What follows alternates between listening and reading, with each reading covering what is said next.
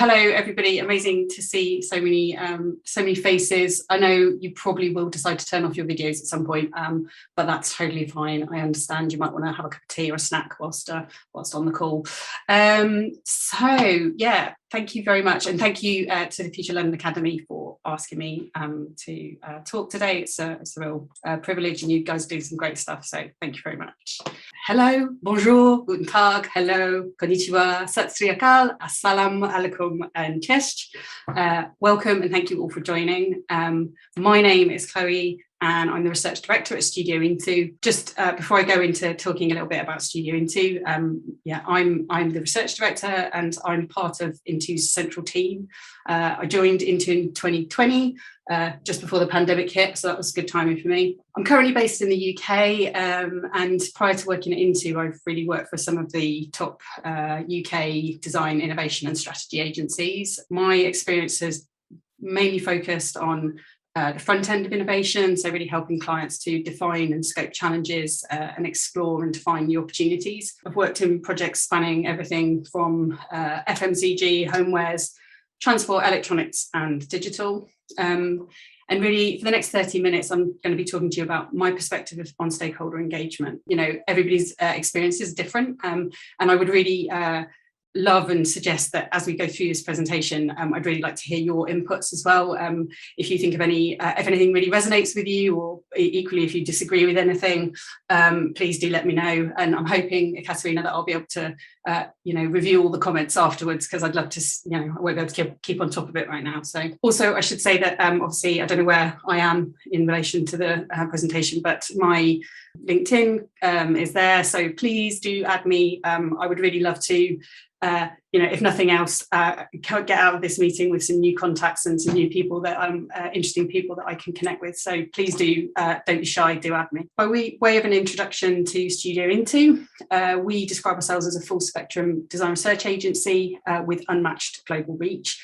And we help creative decision makers to really succeed beyond the limits of their own context. So we help them to find the answers to the questions that they have about now and next, no matter in the world their customers might be. And in practice, what does that mean? Well, we think that attitudes and behaviours can only really be understood within the context of cultural influences, so regional trends and wider worldwide patterns. So the approach that we take enables businesses and organisations to really get up close and personal with people from around the world, and understand better how they think, plan, act, react, spend. And the way that we're able to achieve is through our amazing global team, and they are amazingly diverse and truly worldwide team. All of them talented, multilingual researchers. They live in over 50 countries. Some of those are in established markets, and some of them are in emerging markets. And they really allow us to tap into insights and knowledge from around the globe. They're on the ground, they speak the local language, they live the local culture, and they, for us, are able to do a process of kind of cultural translation as well as linguistic translation for our clients. All of our local researchers are coordinated from our central team. Our central team is also quite distributed. We're a fully remote company now, and we have been since we were probably 80% remote before the pandemic, and when the pandemic hit, we just went, okay, let's do this, and been loving it ever since. That allows us to manage multiple region projects concurrently rather than sequentially. We can maintain a really high quality and consistency of results, and we can ensure that project deliverables are kind of a good high quality standard. Just really briefly, here's a few of our lovely clients. Some of you might notice that some of these are brands and some of these are agencies. So about 40% of the work that we do is actually with agency peers.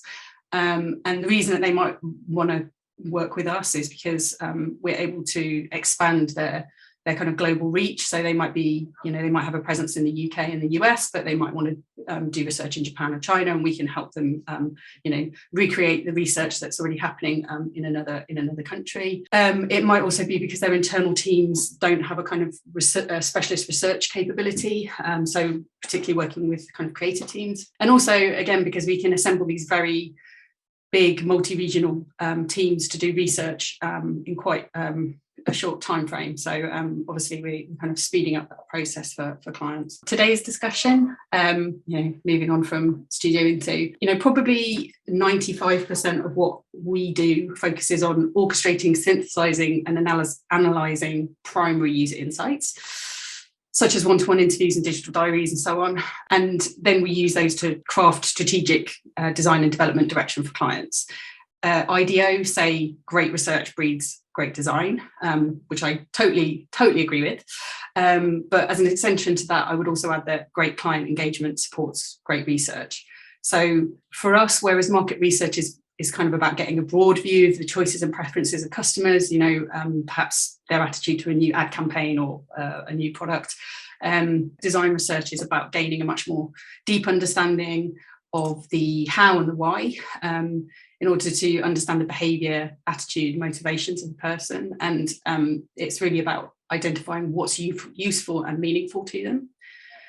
And with that kind of ethos in mind, we're increasingly starting to apply the same investigative and empathetic design research approaches to understanding and engaging with our stakeholders, and seeing that as a really fundamental part of delivering successful projects and B, finishing a project with really happy clients. I'm going to be sharing a few thoughts with you about my ideas and experiences. Like I said, I would really love to hear, if you've got examples as well of things that have gone terribly or things that have worked brilliantly. I'd be really interested to hear them. So I'll be talking a bit about design and innovation principles to enhance that stakeholder journey, the role of empathy before, during and after, and a few tools and techniques for connecting with stakeholders remotely, obviously because that's the primary way that we're currently working. Just to quickly touch on what we mean when we say a stakeholder. So obviously, when you discuss stakeholders, it can encompass a multitude of different people. That could be internal people like execs, employees, managers, whoever. It could be external kind of environmental agencies, for example, or it could be people who are connected, sort of indirectly connected, so suppliers, shareholders, and even customers. But for the purposes of this presentation, I'm going to be primarily focusing on internal stakeholders. Although I would hope that some of the ideas and thinking behind this could really be transferable regardless of the kind of stakeholder that you're dealing with. So at Studio Into, we refer to organisations as our clients. So Miro is a client, Uber is a client. But the word client itself really infers somebody who's kind of passively buying or receiving a service. And therefore, as soon as we start working on a project with somebody, we start to refer to those individuals involved as stakeholders. Because really they're the people that have something to gain or equally to lose from the project's outcome. With that kind of change in language right from the outset, the language that we use shapes the way that we view clients and how we interact with them. Although, having said that, taking this very collaborative approach is not without challenges. And for us as a remote first agency, and presumably for most of us during COVID, it does pose some challenges when your only point of interaction is through this small square rectangular computer screen, and everyone's tired to death of being on Zoom. An old boss of mine used to complain about clients, and it was particularly when they were requesting kind of more FaceTime with us as the agency, more meetings, more workshops, than we'd kind of offered them as part of the process. And he would say this phrase that it went something along the lines of, you can't win a 100-metre race if you stop every 10 metres to explain how fast you're going. I'd love to know if anyone else has ever heard that phrase before, or whether it's something that came from his head. Because, on the face of it, it does make sense. But when you kind of look under the surface to the psychology of that statement, it kind of does belay this kind of, Mad Men-esque bravado, and that we know better than our clients. We want to kind of keep them at arm's length so that they can't derail our, fantastical creative genius and process. And it did sort of belie this sense that clients were kind of an inconvenience in many ways. I'm starting to see that things are changing, and it's probably something that's been accelerated by the pandemic as well. The need to communicate is kind of bigger than ever. And I think that a lot of agencies and their clients are now expected to collaborate with each other in a much more communicative, interactive, kind of transparent way. or certainly that is the case for Studio Into. So I think I've got this, but I don't know if you're going to be able to see this. Is it going to disappear? So I think this title kind of describes it. It's like stakeholder management's crossed out, stakeholder engagement. I think this is much more about engaging people in that process rather than kind of dealing with these, unruly clients that are trying to derail your plans. So with that in mind, I'm just going to introduce you to a set of simple principles and my advice. It may not be everything, but it's just a sort of simple way to help you navigate stakeholder engagement throughout the course of the project and help you improve your chances of ultimately a successful project outcome. As anyone who works with stakeholders, those relationships can be many and they can be complex. And at the outset of a project, actually, it can feel quite overwhelming that you have all of this that you have to take on and tackle. So really, with this framework, I've just tried to clarify in quite simple terms an approach that could help guide various activities throughout the course of the project. I'm going to walk you through each of these areas individually and how they break down in terms of what's the purpose of each of these, and a few examples of activities and examples that we've tried. And also I'm going to give a couple of examples of failures that we've had, because often you learn from your errors, don't you? So the first one is investigate, and for any good design research project would begin with an investigation phase. This part would normally happen up front, and it's really all about doing your homework, building a strong foundation for the project, and kind of harvesting existing insights and secondary sources of information. And it often involves the least actual interaction with the client. So I suppose you might wonder what it has to do with engagement, but really for us, this is really a really useful phase, because the more that you can find out about your stakeholders, their business, them as individuals and the background before the project goes ahead, the better informed you'll be going into the project. The purpose really of this phase is to assess their wider business context. So, get up to speed with them and their business. Is the business struggling? Is it expanding? Is it under new ownership? Have they just had a big bunch of investment? These are all clues that will really help you understand how to most effectively communicate with them and engage with them. Start to map your stakeholders. So as soon as you find out who they are, begin to map them and start to think of different ways of looking at them. So how motivated are they? How influential are they? And how do they support? How can they support? And do they support your goals? Make sure, obviously, that you unify on project objectives and scope. So make sure that everybody's on the same page, and make sure that those objectives are obviously captured and shared. And my advice with this one is don't skimp on this, because it might seem sort of a little bit tiresome, but it really does pay dividends later on. And obviously, if where as much as possible, kind of capture all that information and share it with the rest of the team, so that everybody else has access to that same information that you do, stepping into a project or stepping into a meeting. In terms of a couple of examples of things that we do, obviously desk research forms part of that. You wouldn't go into a job interview without having researched a potential employer. So really the same approach applies here. And you want to know, are they in the news? What are their customers saying about them? What are they, what are they reporting online? Are they doing anything new, interesting, controversial, perhaps? And equally, kind of like the context of the business. So what are the kind of external pressures that are kind of in their industry right now? And I presume a lot of people in kind of similar industries would always start the project, the actual project with a kickoff meeting. And, I think it's a super important moment, because sometimes you go through this very rushed proposal writing and sign off, and you're, negotiating and a bit of back and forth. And sometimes that process actually can go on for quite a long time. So it's really important to book in that proper time for a proper kickoff meeting. And that's really important for laying the foundations for the rest of the project. And we tend to use invite just the main stakeholders for this one, because managing lots of different people in the project can be challenging. And obviously just make sure that you revisit all of those objectives for the projects, and logistics, which can be very important for making sure that things run smoothly. So make sure that we've recorded team away days or holidays that the team are going to be going on. So on the right here, there's a couple of examples of some stakeholder mapping.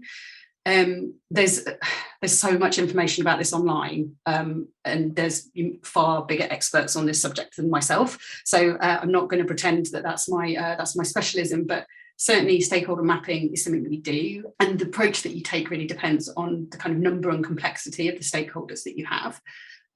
So we loosely tend towards these two varieties. So one is a proximity chart, and that helps you to understand the regularity and the level of engagement that you need for different stakeholders. So some people you might need to engage with every single week. Some people might be in every single meeting, others you might only bring in order to kind of bring them along on the journey and keep them really informed. So, and this is all something that, you should also be discussing and mapping with your clients. The other one is a sort of sociogram. So understanding the kind of links between different stakeholders and, where those connections are, who's on the same team, who has bigger influence on, another person and so on. So one, success that we've had recently is that we've always done kickoff meetings, but typically that would have just been either an in-person meeting in the good old days or a kind of a Zoom call. And actually we've started moving to a template that we use in Miro, and this is particularly good for more complex projects where there might be lots of different stakeholders from different parts of a business, or who have different objectives and perspectives. And this can really, offer a really good kind of benchmark piece where you all discuss and agree on the objectives at the outset. And, it really, is something that becomes kind of a reference piece for you and your clients to kind of refer back to as the project continues. Obviously, empathy, it's a real buzzword at the moment. And it's certainly for design researchers, I think using empathy is probably the most important skill that you can have. And I've heard stories of I'm saying it's a guy, I don't know, a person who used to walk into new business meetings and kind of boldly sit down and say to the client, "Tell me what keeps you up at night." And he would then go on to demonstrate how he and their agency could solve all of their woes. And while that is a quite extreme and quite macho example of empathy, it does obviously remind us that most projects have been initiated because a client has had come up with a challenge, a problem or an opportunity, and they want you to help them resolve it. So in all of these cases, empathy can be a really powerful tool before, during and after a project to help you better understand the real challenges and kind of get to know your stakeholders on a more personal level. And it just really allows you to step into their shoes and understand what they're trying to achieve. Obviously I've already covered aims and objectives, and those are key to any project. But also I find that kind of hopes and fears are equally useful things to discuss and uncover, because actually the latter is usually driving the former. The purpose here, understanding that business challenge, what's the driver behind their challenge, and also really getting to know your stakeholders, understand those aims and objectives, but equally understand their hopes and fears. I also find that quite often there can be personal agendas that are going along with the project as well. So perhaps they might be new to the business and they're trying to kind of make their mark, and they want to do a piece that is impressive and kind of shows the team what they're capable of, or they've been brought into the company to inspire and innovate. So, they want to work in a different way as a result of that. And finally, obviously, it's really important to make them feel heard. So showing them that you're willing and able to listen when there's lots of people involved. Like I said, not necessarily all of those hopes and desires can kind of fall under the scope of the project, depending how big the budget is, obviously. But kind of often just acknowledging and recording them is enough. And with these, I know this is slightly ironic because I'm nattering at you, but try and listen more than you speak, because they are often the experts on their challenge and their business, not you. So really give them the space to kind of breathe and talk to you about what's going on. And, apart from anything, poor listening really can kind of lead to assumptions and misunderstandings, and those can lead to errors and sometimes costly ones. So my other piece of advice would be to speak to all different levels. So, don't make the mistake of only talking to the exec team or the commissioning people. Try and speak to the team members that are also going to be kind of in the trenches of the project, or even speaking to people that won't be involved in the project, but, have an opinion. So some of the we obviously do a lot of exercises to practice empathy. And something that we very often do is what we call a knowledge share. This can take different formats. Ideally, it's a kind of half-day collaborative workshop, everybody together. And it's an opportunity for all stakeholders to air their thoughts, their ideas, their concerns, any existing data that they have, any research that they think, influences the project. Kind of for us as a research agency, it's really rare that we would speak to someone who has zero knowledge on the research that they've asked us to undertake. So, but they will reach out at the point that they feel they need external support. So it's just really important to get an understanding of all of that kind of embedded knowledge that they have as a business. And everybody during these sessions, everybody will be given the chance. So, sometimes it's the individuals or sometimes as a team, and they can kind of share their thoughts and discuss opportunities. The reason that I prefer these to be live sessions is because you start when stakeholders start to have discussions. That's when you start to hear those conflicts and hear, where there's who's challenging who, and where is there things that don't align and different kind of ambitions. So that can be quite, to just sit back and kind of let them discuss that freely can work really well. But we have also done these asynchronously. So when there's a lot of people, or you're working in lots of different time zones, which we very often are, or just if schedules don't allow, you can kind of do this knowledge share, using a template, and you can kind of get people to share all of that information with you, at a time that suits them. So collaboration, as I've already mentioned, I think there used to be this much more guarded approach towards stakeholders, but really, the more that you get them involved in the fieldwork, synthesis, and decision making, it kind of demystifies what you're doing and makes them feel very much more part of the process, and can help you to increase engagement and also, crucially, kind of minimise resistance to what you're trying to do. The purpose of this phase is building trust, get buy-in from them, make them part of the process, make them, understand what you're trying to achieve. So demystify the process, be really open about the work that's happening and the methods that you're using. Because the client can much better understand all the effort that's going in, which is one definite advantage of kind of opening your kitchen door. But they'll also feel really reassured that they can kind of check in on what's happening at any time, even if they might not have time to do so. And again, use it as an opportunity to incorporate their knowledge.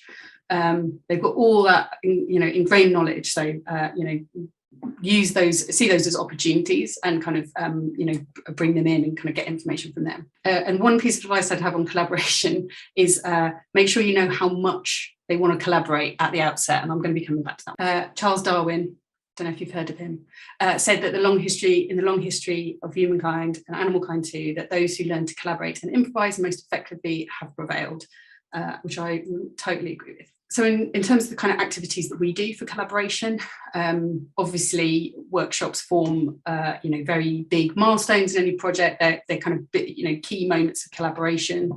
But I think the key for us, our understanding, particularly since COVID, is to find those sort of smaller moments where you can create moments for collaboration, and foster a deeper understanding and better buy-in from stakeholders.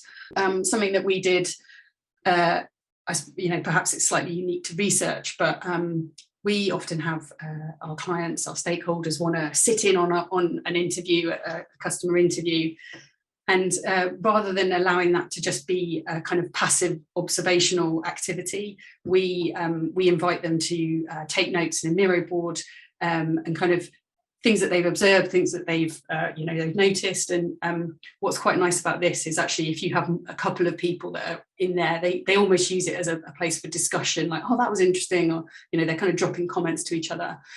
And in that way, it becomes this much more active listening, rather than a kind of passive activity. Something that we've had success with in the past as well was to do I've referred to it here as a stakeholder concept survey. So in order to maintain engagement between a new product ideation workshop and the kind of final deliverable, we did a survey where we asked various questions to the stakeholders, asking them to sort of measure different aspects of the concepts that we had come up with. So in this case, it was kind of desirability, feasibility, and viability. And that just gave us a really good read of who was supporting what and which were the most popular concepts that we've been working on. Good communication, obviously, very important. It really helps to keep conflict and confusion from bogging down a project and making sure that everybody's aligned. It's all about fostering transparency, being open and encouraging dialogue with you. But it's so important for course correction. So I would say it's very rare that a project perfectly follows the exact trajectory that you have laid out in the proposal. Things change, that new thinking comes to light, new insights, and so on.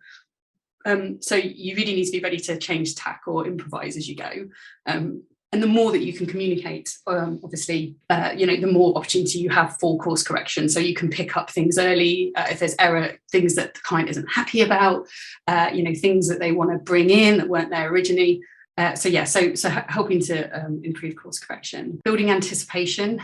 I think this can be a really important one, and something we're still kind of experimenting with ways to do this, because you can be so deeply involved in a project and you're working away, and actually for the stakeholders that they're only seeing these kind of moments of the project. And actually, if you can kind of drip feed little bits of inspiration or kind of thinking as you go, it can really kind of maintain engagement between those kind of bigger events like workshops, for example.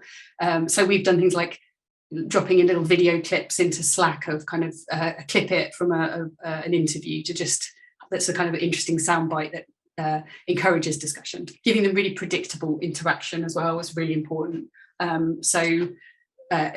Set the cadence of how often and when you're going to communicate, because then they'll be more relaxed about, they won't be trying to contact you every single day and asking questions. You know that Thursday afternoon, for example, is meeting afternoon, and that's when you kind of have your engagement and they get your focus time at that point in the project. So this is from the book before that I mentioned.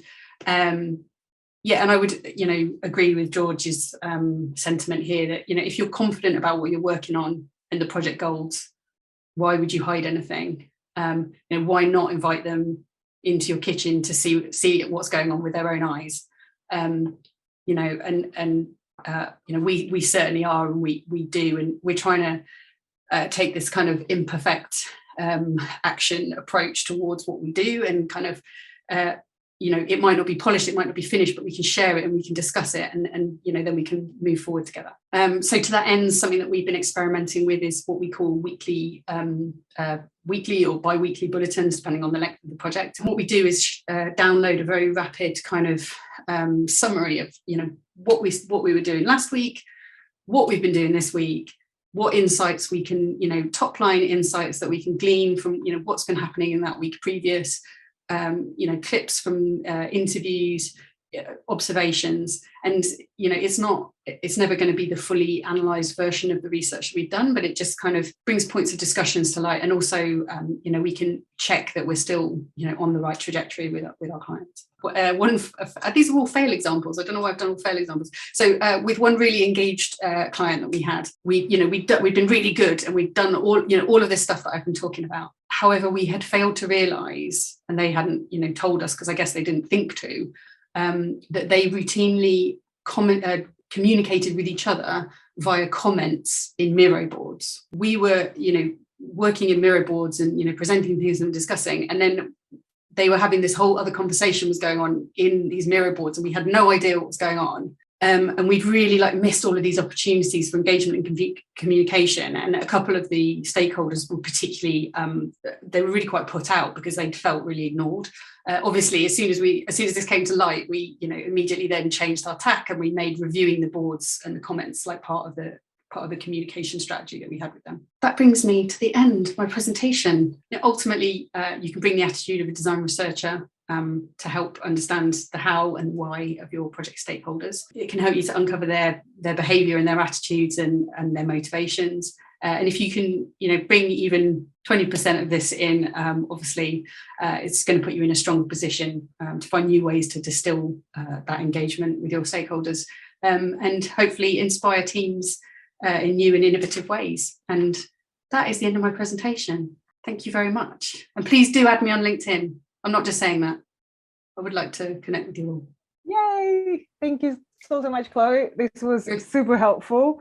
And I love how universal these things are, even though you work in the field of research and obviously dealing with all sorts of different projects. But seriously, every single thing about how to engage stakeholders, I think, can apply to any creative work. Yeah. And definitely, we all need to figure out the better ways to communicate, especially in this remote setting, and being transparent and being aligned and everything they were doing. So thank you so much for sharing this. Now is the time to ask any questions to Chloe. We have another 15 minutes or so feel free to start posting them, and I can see a few of them came through. One quick one, is this all done through Miro? So how you update, especially I think the last slide that you showed with the kind of cadence of communication and bulletin, was that through Miro as well, or was it more of an email?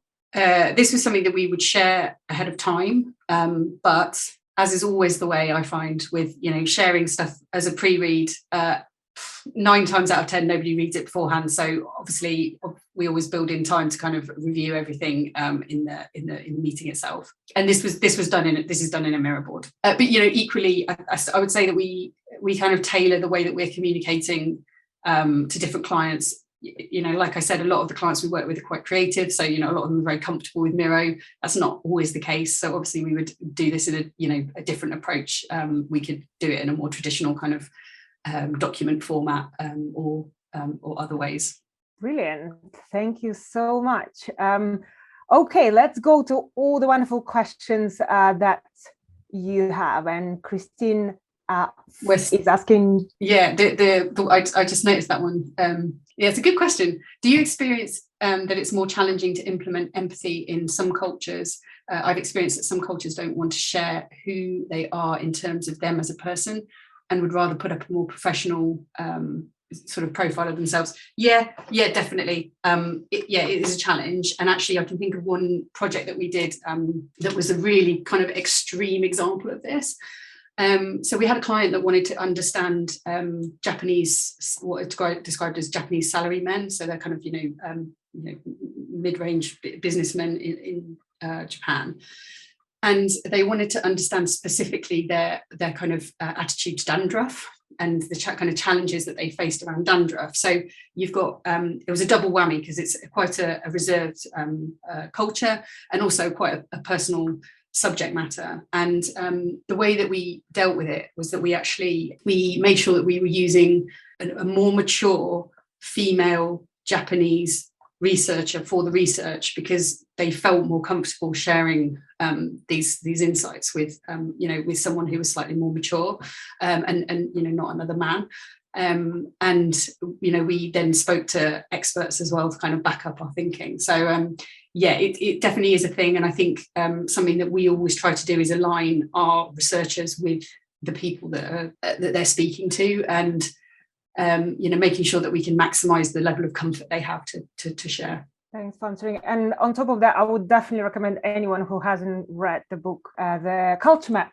Culture Map is a fantastic book, which I'm sure Chloe read, and it literally talks about how different cultures behave in a professional setting differently. So how you might adjust your communication or working style depending on which kind of culture you're dealing with, without stereotypes and assumption, more in a very much more practical way. And I could not agree more. Dealing with UK culture while being born in Russia, I think I can already relate to lots of issues that I think a lot of people working internationally can see. So definitely recommend that. Saman is asking, how do you mitigate the building of trust and quick communication that you would have when being face-to-face opposed to remote? Unpack your question.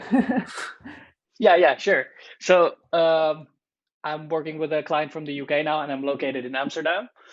And sometimes I'm missing that ability to be able to quickly communicate with the stakeholders when I need something, because everything has to go through meetings now and stuff like that. And when I hear you guys are fully remote, how do you keep that flow going? What we do is we try and assimilate as much as we can with their internal way of communicating with each other. And that can be all sorts of different things. So we've had clients that we just WhatsApp.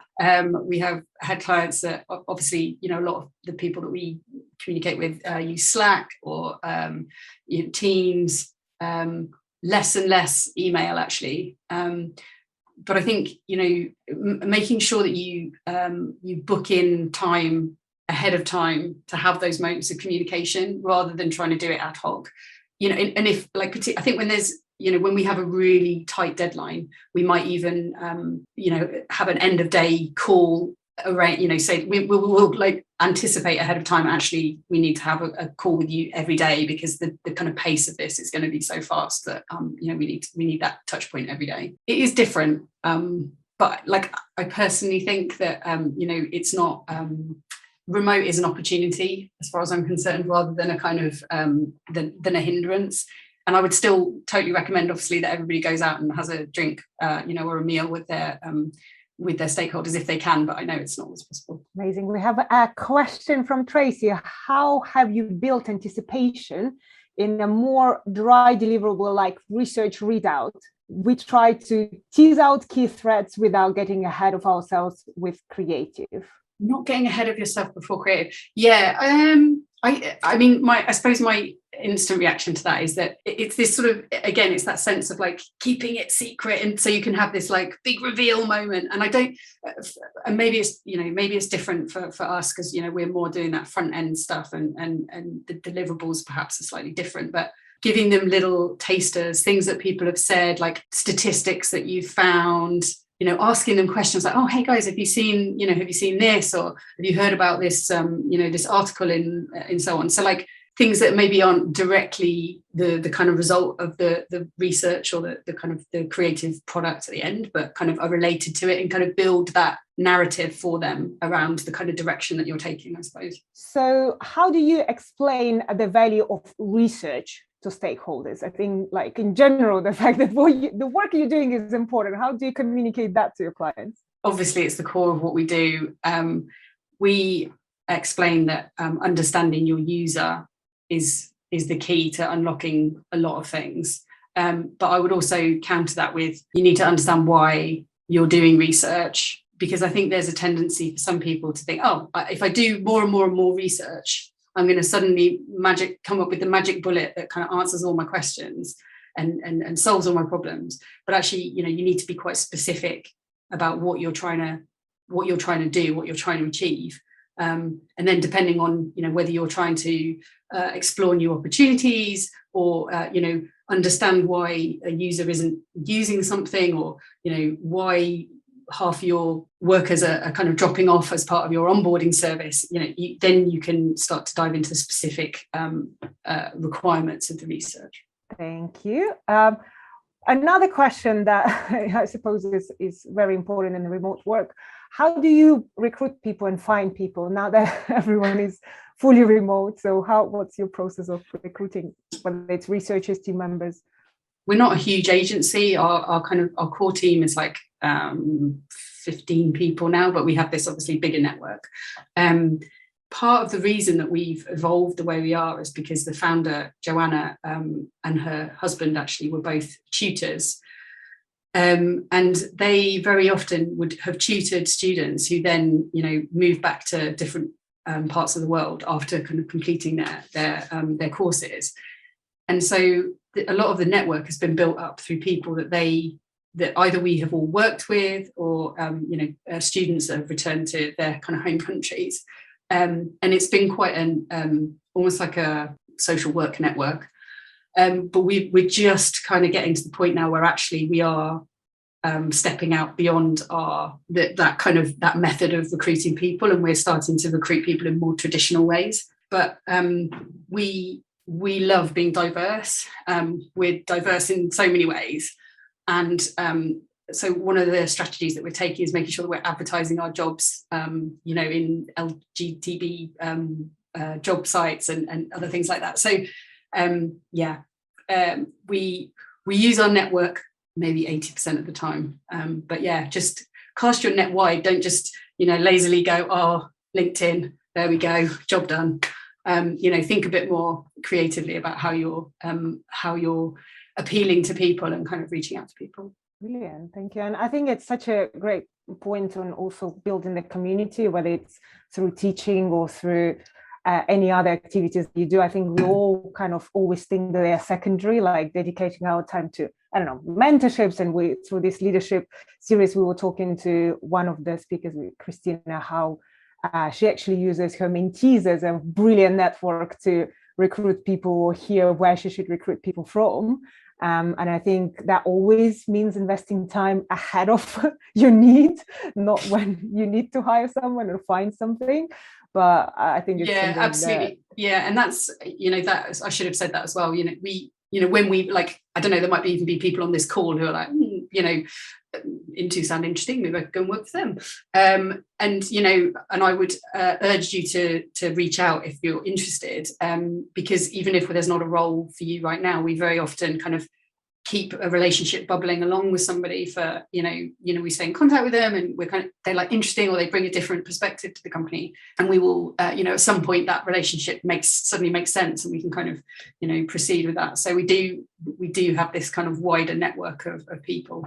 And also just our local experts, obviously, they know people in their locale as well. So yeah, it's very much a networked way of doing things. Brilliant. And Sarah has actually a follow-up question on that. Do you have a tool or way to keep your network organized or in touch? It's a work in progress, let's say. Yeah. If anyone's got any suggestions, please let us know. Like something that we've struggled with is that, for example, we do a lot of work in China. In many ways, the kind of using Facebook or something would kind of make sense because of the way we work, but actually, obviously, we can't use Facebook in China. So finding a tool that is completely applicable or is accessible to people from all over the world is quite difficult. And yeah, but it's something, we are kind of seeing that amazing network as a really interesting resource, in lots of different ways, for projects, but just for information, and we are in the process of understanding how we can better utilize that, to solve our ends, but also ultimately give our local experts more and more work, and kind of keep them busy and working. So no is the short answer. We don't.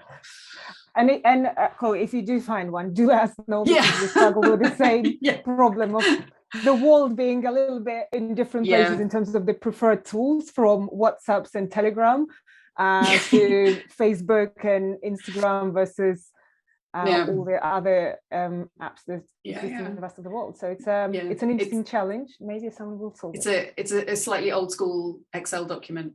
Well, Google Sheets. Exactly. Rolodex. That's the way to go. Thank you so much, Chloe, for sharing so much useful information. I made so many notes for myself, so this is fantastic. And it was really great to see the examples, and the work that you do is incredible. And I know how many different cultures you have to work with and how many different scenarios you have to deal with. So it's good to hear your very structured approach to something as complex as people. Engaging people is the hardest thing. So thank you so much for sharing this, and in a very practical way. Just thank you very much, and go forth and engage.